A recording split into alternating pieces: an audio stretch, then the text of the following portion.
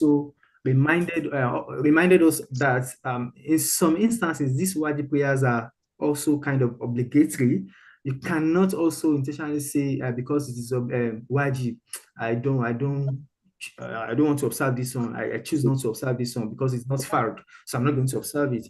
For instance, I remember one of the contributors had mentioned Jumat prayer, or say the 2 rakat before the congregation Fajr prayer, right? As they cited those two as examples, or the Eid prayers. Yeah, I think that's another brilliant example. The two Eid prayers that we observe, you cannot say because they are not fard, and then you decide not to observe them. Sometimes, if you are not careful, you might be committing a crime in the sight of Allah the Almighty. For the fact that they are wajib, they are equally important that we observe them as an act of worship towards Allah the Almighty. Jumat, for instance, is made mandatory upon every Muslim, precisely the male Muslim, right? In the case of our women, our ladies, you might have an argument for them that, okay, if they do not observe it, they are not really mandated to say, okay, you have to go to the mosque on Friday, you have to observe Jumat and all of that. But if you are an adult male Muslim, you have to just observe Jumat. Same thing goes for the Eid prayers, like I mentioned. So these are wajib prayers, but they are in certain instances obligatory for every Muslim to observe them. I think another example was the Tawaf prayer, if I remember very well. Yes, the Tawaf prayer, the 2 rakat performed during Tawaf around the Kaaba during pilgrimage. So these are some of the examples of wajib prayers. So when I'm done, I'm also going to ask someone if I had missed out on anything, you can also remind the audience so that we don't lose touch of Sorry, anything. Sorry, please. I think Oh, the host can he Brandini Abdulwakil mic is on and he has not speed up. He's distracting. If the host can help. I had cautioned him earlier. Brother Abdul Wakil Adiyemi, if you can hear us, I'm not sure you are part of this. This is you are distracting us with your mind.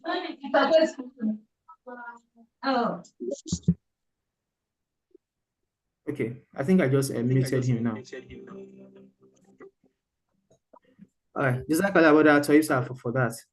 Okay, so I was saying, oh sorry, I lost my train of thought. Where was I? Okay, so I said from there, we moved on to the Sunnah prayers, right?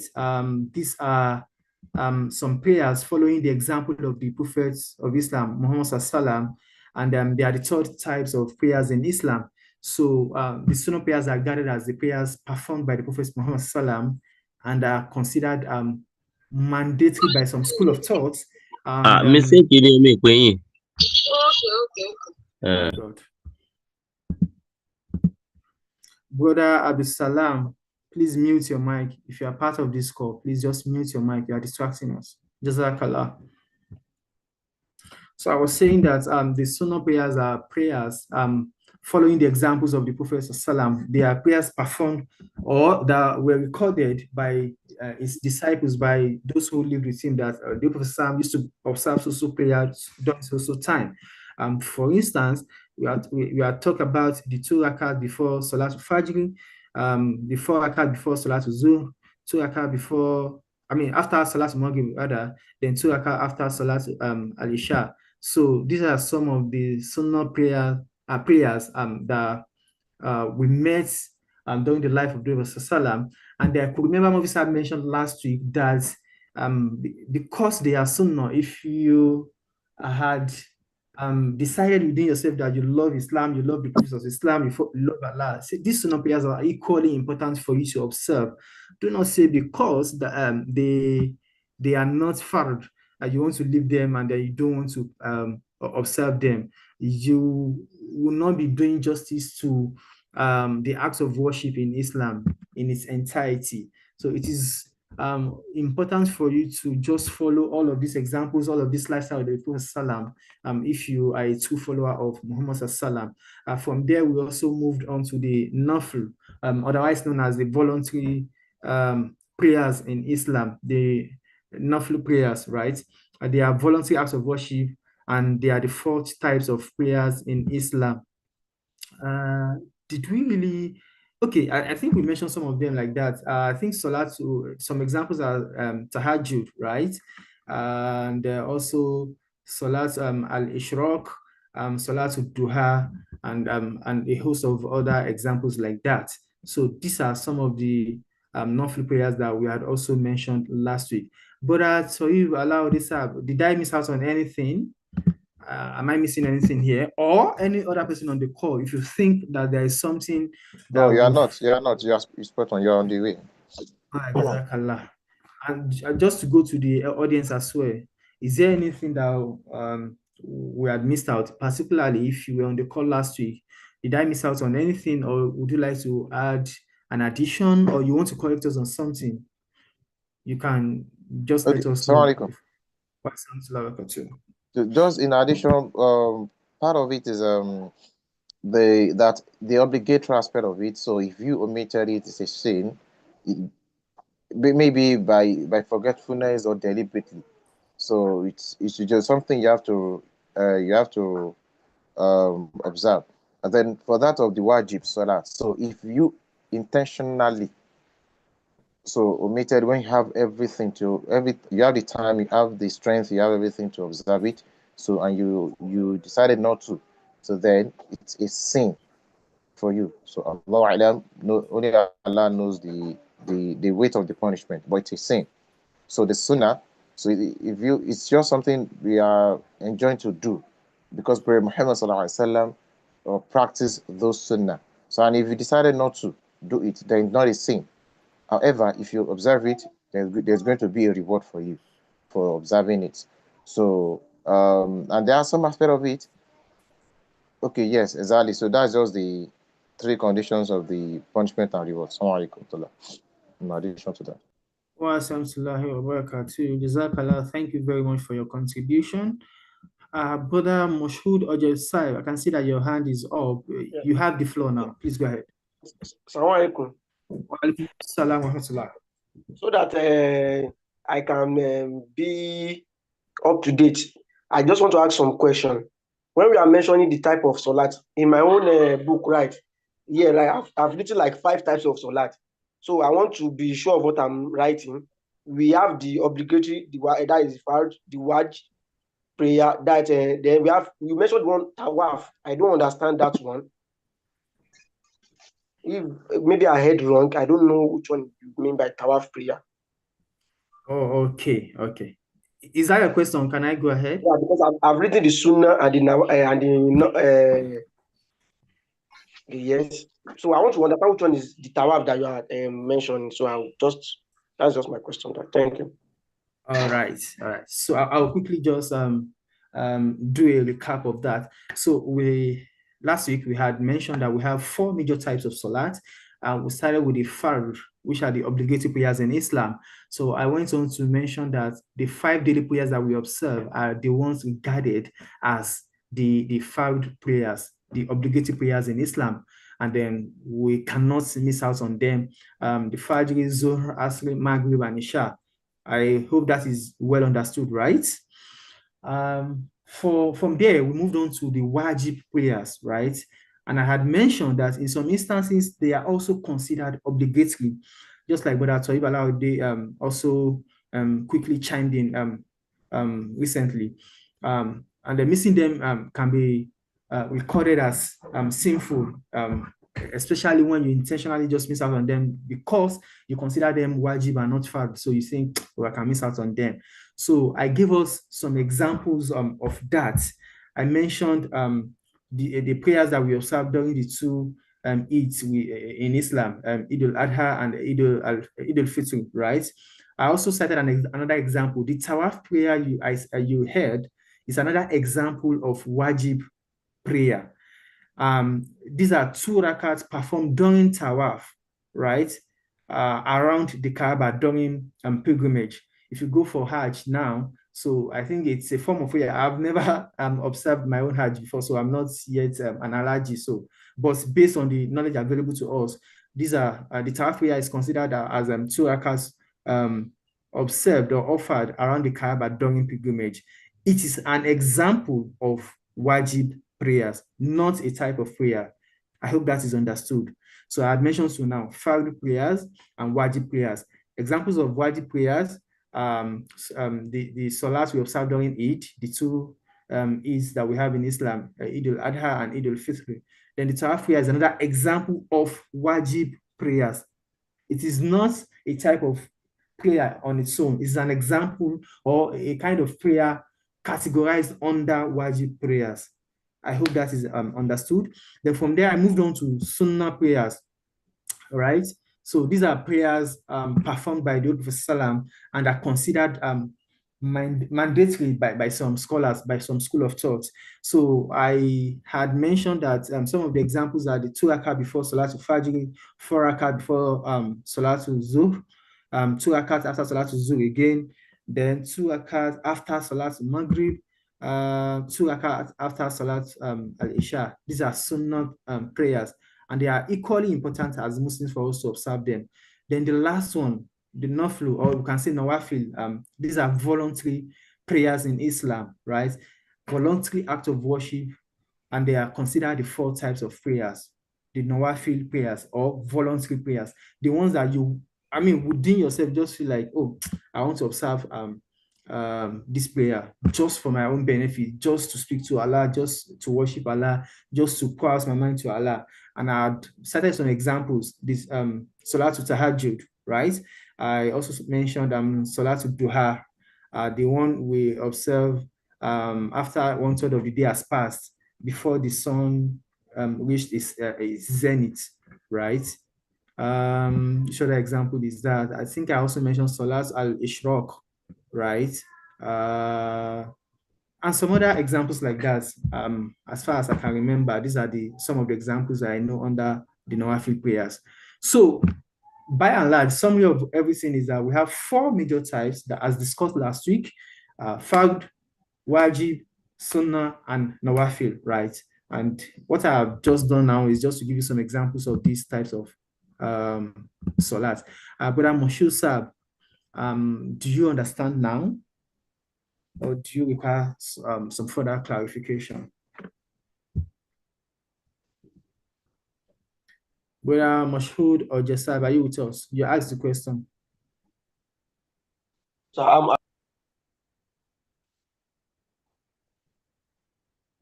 not sure I heard that.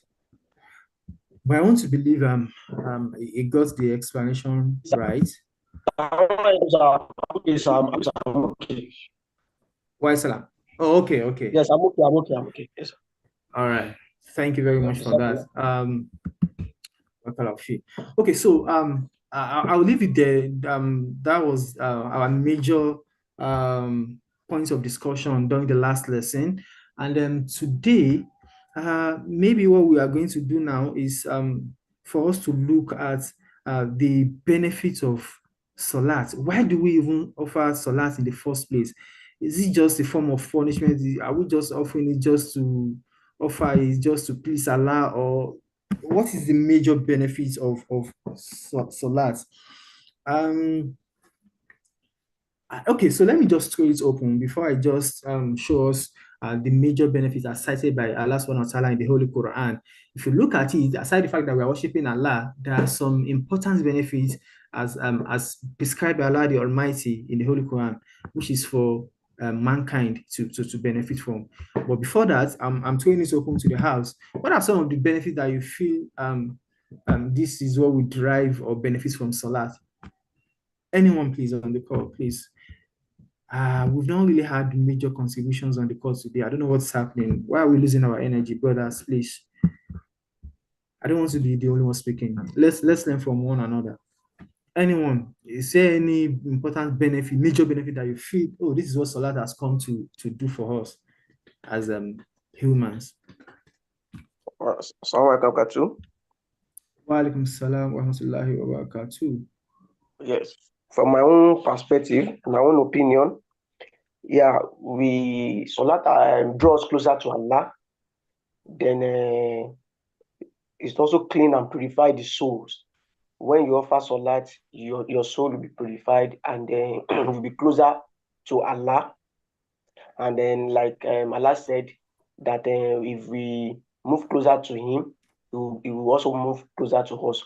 So the only way we can move closer to Allah is by offering our 5 times daily prayer regularly, and then doing the extra, the wajib prayer, the sunnah prayer. So just to move closer to Allah and to purify our soul and to clean us. And when we are offering salat, we'll be able to leave some sins. Which it will salat will actually chase us or make us far away from sin. So if you observe our salat regularly, we will not be able to sin, and then because we know that we want to move closer to Allah and we want to pray to Allah, so it will not make us move towards all these sins. So, Assalamu alaikum wa rahmatullahi. Wa alaikum assalam wa rahmatullahi wa barakatuh. Jazakallah, thank you very much for your contribution. You are very much spot on, and I think you have also captured one of the benefits, like I mentioned earlier, as mentioned in the Holy Quran by Allah subhanahu wa ta'ala. Thank you very much, beloved brother, for your contribution. Do we have any other person who would like to quickly chime in or make their own contribution? Any other person?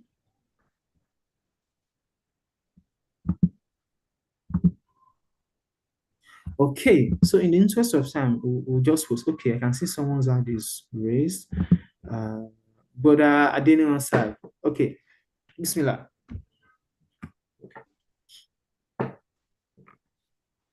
Wa alaikum assalam wa rahmatullahi wa barakatuh. So, benefits of salat, like the brother rightly said, Quran says, "Inna salata tanha anil fahsha'i wal munkar." Salat will definitely turn us away from anything, from ill sayings or any bad character or all those bad influences, evil influences. Salat will take one's mind away from that. And another thing is the Holy Prophet was quoted to have said that the first thing that will be checked on the day of judgment is our salat. So salat is a vehicle that can give us admission to the paradise. That's another one. And as another tradition of people says, no one is closest to Allah than when they are in sujood position during salat. So salat draws us closest to Allah while on earth. So if someone is to do a prayer or do anything, when we pray, we get closer to Allah, and Allah give us attention. And so that is another benefit of salah. So when one gets closer to Allah, automatically his mind draws far away from Satan and his influences. So these are two other contributions that I have to that. So, mashallah, Jazakallah, beloved brother, for your continued support and the contribution on the call, as usual. May Allah continue to increase in knowledge. Also, Jazakallah to my beloved brother too, Brother Moshood, for your contribution so far today. Yeah, I think we are on the same page. I'm going to share my screen now. So we have our Muslim prayer book, the one that was written by the Jamaat, and then everything our two brothers had mentioned now are also captured in this book as some of the major benefits of salat. So we are not offering salat just as a form of punishment, just allowing us to just offer it just to show off or anything. There is a reason why it's been prescribed by Allah the Almighty as an act of worship towards Him. So just quickly, there is one verse of the Holy Quran that kind of supports our point, as mentioned by the two brothers who just spoke now. So can anyone confirm that they can see my screen yet? Yes, you can see it. Jazakallah, thank you very much. So if you look at the verse of the Holy Quran on my screen, just looking at it and with the meaning, you can see that these are some of the important benefits of salat. precisely as also mentioned by Brother Adenu Ansar, about taking us away from any form of indecency or evil doing or anything. So you can see that this verse of the Holy Quran captures that. And also, Brother mentioned earlier, Brother Moshusab, that it also takes us closer to Allah, the Almighty. If you look at the concluding part of this verse, it captures that as well. Remembrance of Allah indeed is the greatest virtue. So another person on the call, aside from my two brothers who had spoken, just to read out this verse of the Holy Quran to us, so that we can quickly understand and memorize it on the call with the meaning. And then if that is how we end the lesson today, I think we've learned one or two things about Salat today. So anyone please, specifically those who are here to contribute on today's call. I don't want Brother Moshu Sab, I don't want Brother Adenu Sab. Please quickly. Like we had promised, we don't want to go beyond an hour today, and then we are fast approaching the end of today's lesson.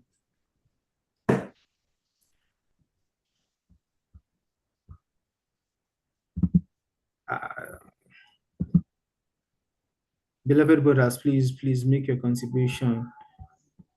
Okay, I think Brother Abdul Sabusa, do you want to help us just to read out this verse of the Holy Quran to us? Jazakallah. Brother Abdul Sabur Olatunde sir, please help us. Thank you.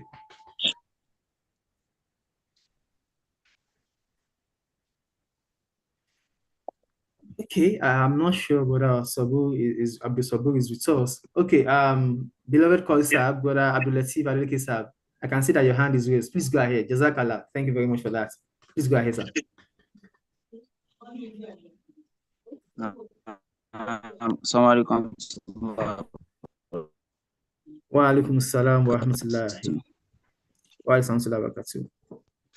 I just want to confirm I'm audible because I cannot hear you clearly, but if I can get it, it seems you are asking us to read the verse on the screen. That's correct, sir. That's correct, sir. We can hear you. You are audible. We can hear you. All right. Now.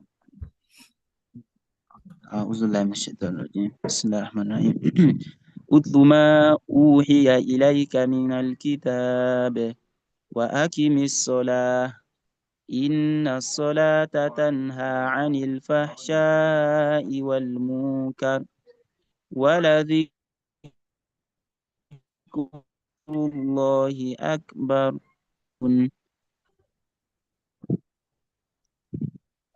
Jazakallah, mashallah. Thank you very much, Brother Abdul Latif sir. May Allah continue to increase in knowledge. Yeah, just like we heard our beloved brother recited the verse of the Holy Quran now. Utlu ma uhiya ilayka min al-kitab wa aqimi s-salat. Inna s-salata tanha 'anil fahsha'i wal munkar wa la dhikrullahi akbar. Wallahu ya'lamu ma tasna'un. That is the verse of the Holy Quran pointing at the benefits of observing Salat. Koisa, do you still want to help us with the meaning, just to read it out to us? Brother Abdul Latif sir. Naam, assalamu alaikum. Why Samsula? Do you want to help us with the meaning, just to read it out too? I mean, Jazakallah. Okay. All right. So it says, recite that which has been revealed to thee of the book and observe prayer. Surely prayer restrains one from indecency and manifest evil, and remember, and Allah knows what you do. MashaAllah. Wa alaikum salam. Jazakallah, beloved brother. This verse of the Holy Quran can be found in Surah Al-Ankabut, that is chapter 29, verse 46 of the Holy Quran. And what you see on the screen now is what we have in our Muslim prayer book as Salat, written by the Jamaat, MashaAllah. So if you look at this verse of the Holy Quran, we need to understand it. So today, some Christians, our Christian brothers out there will ask you, they'll just want to do, just for example, if you are having a discussion with them, or you are playing together, or you are working together, and all of a sudden they just see that, oh, I want to go and observe Salat. Some of them are curious to know that why do you people even observe Salat 5 times in a day? I think once in a day is okay. You should be fine with one. Why is your God asking you to pray 5 times in a day? So these are some of the supporting arguments or verse of the Holy Quran that we can reference just to let them know this is why we observe Salat.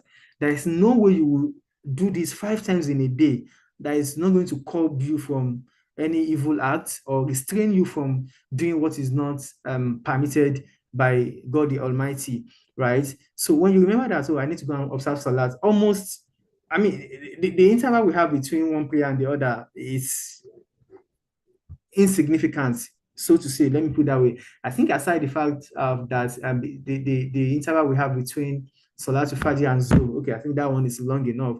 But if you look at every other Salat, by the time you are done with Salat to Zuhr, before you think of committing another crime or to engage in another evil act, you are already having in the back of your mind that it's almost time for Asr. Once you are done with Salat to Asr, you also have it at the back of your mind that, oh, it's almost time for Maghrib. After Maghrib too, there's also Isha. Look at the interval between them, not really significant. So it is important that we understand why we pray, the benefits, and how to just make them understand that this is why we pray almost every time. Because if you have this kind of connection with your Creator, with Allah the Almighty, it's going to caution you, it's going to restrain you from now looking at somewhere else to say, I want to go and do something bad, right? So this is very important. As we go deeper into this topic, we understand some other benefits of this. But I'll just leave this on my screen for a few minutes, say 2 minutes. Let us look at the verse of the Holy Quran together. Let's memorize it. For those who have already memorized this, congratulations to you. Please, if you are not speaking, mute your mic, please. I don't know who this person is. Vivo 2015. I can see that your hand is raised. Do you want to call our attention to something, or you want to make your contribution? You have the floor. Please go ahead. Okay, Assalamu alaikum. Wa alaikum salam. Please, your name first, because we don't know you. We know you as Vivo on the call. My name is Tayyib Alaude. Vivo 2015. My phone got switched off, so I have to change this immediately. All right. Jazakallah. Now, so I have a little contribution to that verse and another hadith of the Holy Prophet Muhammad sallallahu alaihi wasallam as we are memorizing it. So in conclusion to that, now regarding what you just said, what if non-Muslims decide, why are you praying 5 days daily and not even a day? You see, this kind of question is it's kind of a rational question whereby Prophet Muhammad Sallam has already provided the solution to that question. You see, Prophet Sallam gave an illustration of this salat we observe daily, 5 times daily prayer. He similitude So he said in the hadith that what if you have an ocean or a stream or let me say a swimming pool in your home, and you take your bath 5 times daily in that swimming pool. The question is, will you get dirty? Will there still be a kind of dirtiness in you? So the answer is no. Probably in the morning you have some stain, you take the bath. So in the afternoon you have some stain, take the bath. Till night you get clean all through. So it gives an example of such of salat to that action of taking bath 5 times daily. So that's inna salata tanha anil fahsha'i. So whoever observes salat 5 times daily, first of all, such person will be abstained from evil actions, evil doings. That is one.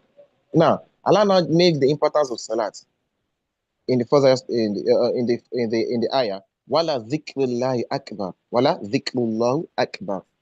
That remembrance of Almighty Allah is the greatest virtues. The greatest virtues. So now, and Allah says, Inna khalaq, that He has created man and jinn. وَمَا خَلَقْتُ الْجِنَّ وَالْإِنسَ إِلَّا لِيَعْبُدُوهُ, that he has never created man and jinn except for them to worship him. So this is an act of worship. One, because we are acting over the commandment of Almighty Allah. So obedience is an obedience. One. Secondly, spiritually, we build our spiritual growth. That's two. Now, physical benefit is that the movement we take on a daily basis is an act of exercise. Those man just pay. The others will say, if you are not concentrating your salah, then you are among the losers because you are just doing exercise. So it's an exercise. However, it's a worship. It's an act of worship. So we going up and down, putting our forehead on the floor. So there is benefit to it, to our physical strength. So that is part of it. And all in all, it gets us close to Almighty Allah. Accept, following His commandments, one, and staying always away, making us stay away from evil action. Now the question is, why do we have some people that observe Salat 5 daily prayers, and yet we still find them in some maladaptive behaviors? So the answer is those people that observe their Salat, or let me say, let me just throw this to the house. Let me just throw this to the house. Maybe we can have any con. Why would we have people that observe Salat? That this verse, Tanya Anil Fahsha, that it observing Salat will make you away from evil action. So we still find some people in such action. So what can we say to that? Assalamu alaikum. Jazakallah. I think what our brother has just done is to remind us of some other benefits of salat, of observing salat, right? The physical movement in itself is beneficial to human, right? As you move your body around, you're also doing yourself enough good just to stretch your body and do all of that. Aside that, it draws you closer to Allah the Almighty and some other benefits as mentioned by our brother. But sorry, sir. Jazakallah for your contribution. I'm not sure. I think in the concluding part of your message, you were trying to ask a question. Did I get that correctly? I think I lost you there. Were you trying to ask a question? Did you throw it open to us? Yes. I asked the question to the people that why do we have people that are still observing their daily prayers, that they are still indulging themselves in some evil acts?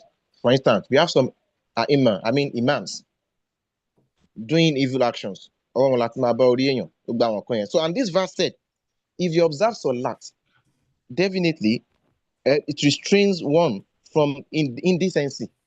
So why do you still have people in such that observe Salat that are still in that indecency? That's the question.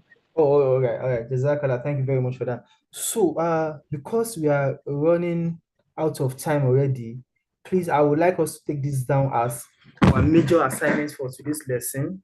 Let's research that. I'm trying to be cognizant of the fact that I don't want us to run out of time before we learn this verse of the Holy Quran. But I didn't know, sir. Your hand is raised. Do you want to contribute to that? Please go ahead, sir.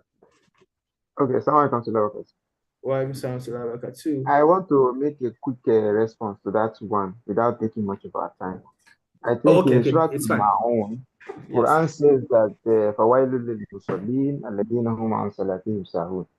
that woe to those who pray. The kind of prayer in which their minds are not there. So if anybody is praying and they are not getting away from evil act or all this indecency as the Quran speaks, that means the person is not doing it correctly. The person is not praying with their mind. They are not connecting with their salat. So just a quick one. Yeah. Thank you very much for that. I also love the fact that you give us a reference from the Holy Quran, providing a response to Brother Alauddin Saab's question. Thank you very much for that. That's a verse of the Holy Quran, where Allah is invoking His wrath on some people, despite the fact that they pray, but they are still getting the wrath of Allah. despite their form of worship.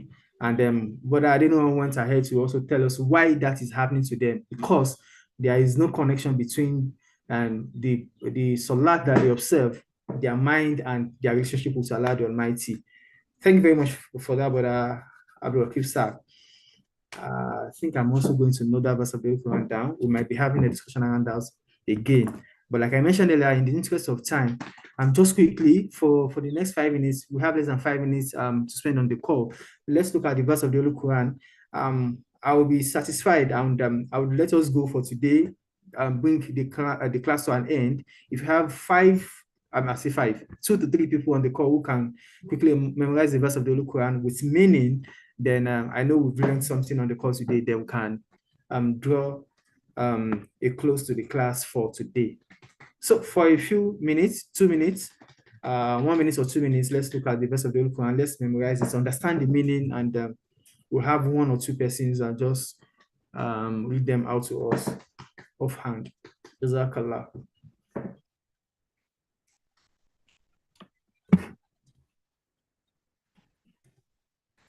So if you want to learn this verse of the Holy Quran, the best way to do it is just to divide it into 3 different portions. The first part, Uslu ma uhiya ilayka min al-kitab wa aqimis salah. That is the first part of the verse. Inna salata tanha anil fahsha'i wal munkar. That is the second part. Wala zikrullahi akbar. Wallahu ya'lamu ma tasna'un. That is the concluding part, the third part of the verse of the Quran. So if you do it like this, you can easily memorize it, understand it, and then you will have it in your memory. So that's another way to go about it.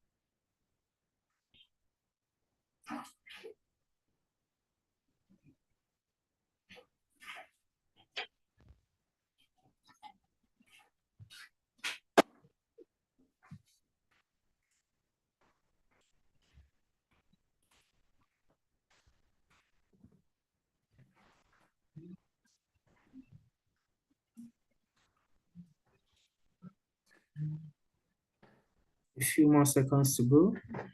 Uslu ma uhiya ilayka min al-kitab wa aqimis salah. The first part. Inna salata tanha anil fahsha'i wal munkar. The second part. Wala zikrullahi akbar. Wallahu ya'lamu ma tasna'un. The third part of the verse.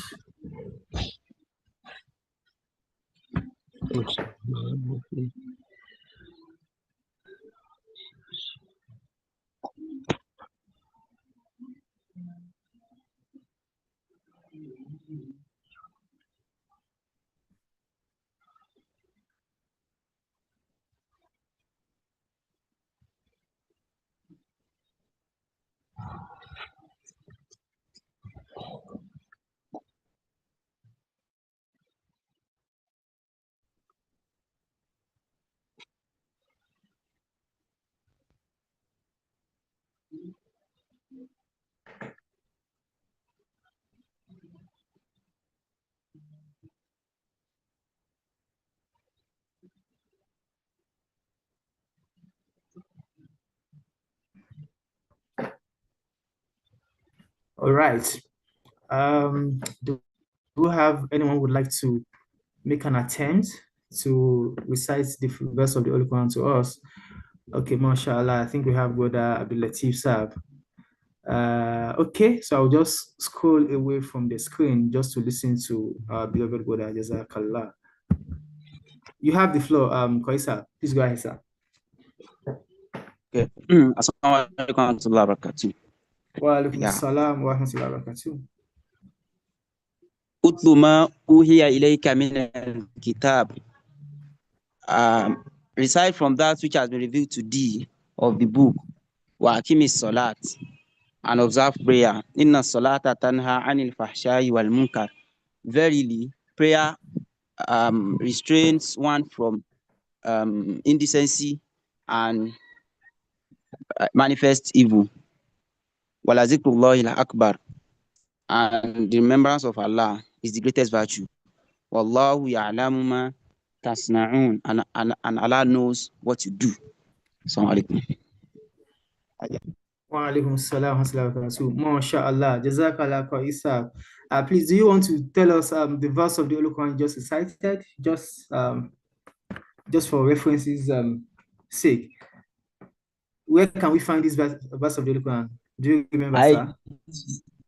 Surah Ankabut, verse, I did not study that verse. I think 63 or so. But I know it's Ankabut, chapter 29. MashaAllah. Yeah, you are correct. Surah Al-Ankabut, verse 46, not 63. Verse 46. Surah Al-Ankabut. Yes. Jazakallah. You did justice to memorizing the verse of the Holy Quran. May Allah continue to increase in knowledge, sir. Do you have any other person who would like to make another attempt? Just like our Koisa just did now. Any other person on the call who would like to also have scrolled back to the verse of the Holy Quran? Maybe you want to have a last view of it.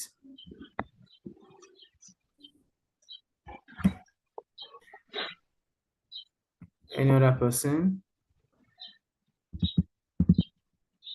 Okay, but I didn't answer. Bismillah. Oh, you put this thing back on. I thought you said you should read what that's okay. After yeah, you can go ahead now. Okay. So أعوذ بالله من الشيطان الرجيم. بسم الله الرحمن الرحيم. اتل ما أوحي إليك من الكتاب وأقم الصلاة إن الصلاة تنهى عن الفحشاء والمنكر ولذكر الله أكبر والله يعلم ما تصنعون. اتل ما أوحي إليك من الكتاب. Read from what Allah has revealed to you from the book. وأقم الصلاة, and observe salah, observe prayer. Inna salata tanha anil fahsha'i wal munkar. Verily, salat keeps you away from indecency and manifest error. Wala dhikrullahi akbar, and the remembrance of Allah is the highest virtue. Wallahu ya'lam ma tasna'un, and Allah is aware of all that you do. What's the reference? Yeah, Surah 29, verse 46, Surah Al-Ankabut. MashaAllah, Jazakallah. Thank you very much, beloved brother. May Allah continue to increase in knowledge. Yeah, so I'm glad that we have two people on the call who have been able to successfully memorize that verse of the Holy Quran. Please don't let us forget, for others on the call, you can always look this verse up in the Holy Quran, Surah Al-Ankabut, verse 46. So memorize it on your own, please. It is important that we are able to support our arguments or our points with some references from the Holy Quran, from the Hadith, and from the saying of Hazrat Imam Mahdi alayhi salatu wasalam. This is when people can take us serious.